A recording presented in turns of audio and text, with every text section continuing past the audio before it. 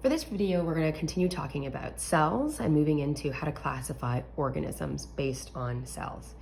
So living things are often referred to as organisms, and organisms are made up of smaller systems that work together to keep the organism alive.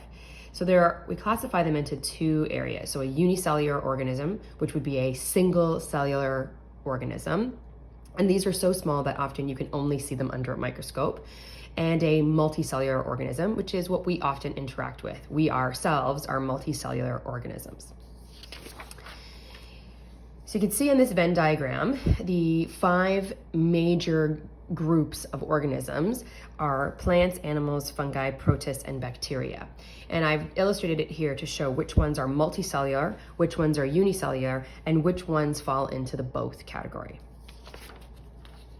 So a little bit more about the different organisms. So plants are multicellular. They perform photosynthesis to get their nutrients, and they can be found in land or water. Animals are also multicellular, but they are further divided into 2 categories, vertebrates and invertebrates. So this is essentially those animals that have backbones and those animals that do not. So for example, we have backbones, dogs have backbones, cats have backbones, elephants have backbones, and invertebrates would be like a spider, doesn't have a backbone.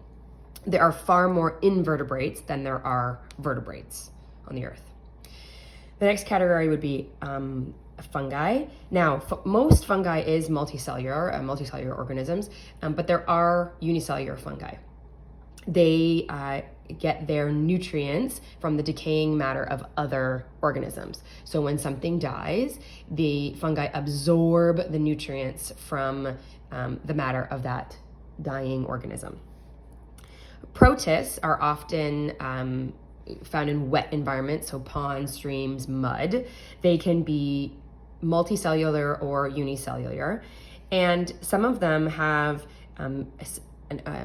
similar makeup to an animal organelle, and some of them can perform photosynthesis. So they're very interesting because they have the qualities of plant cells, and some of them have qualities of animal cells. Bacteria are only unicellular organisms. They do not have any nucleus, and they often travel in a colony. So bacteria will kind of come together and travel together and work together.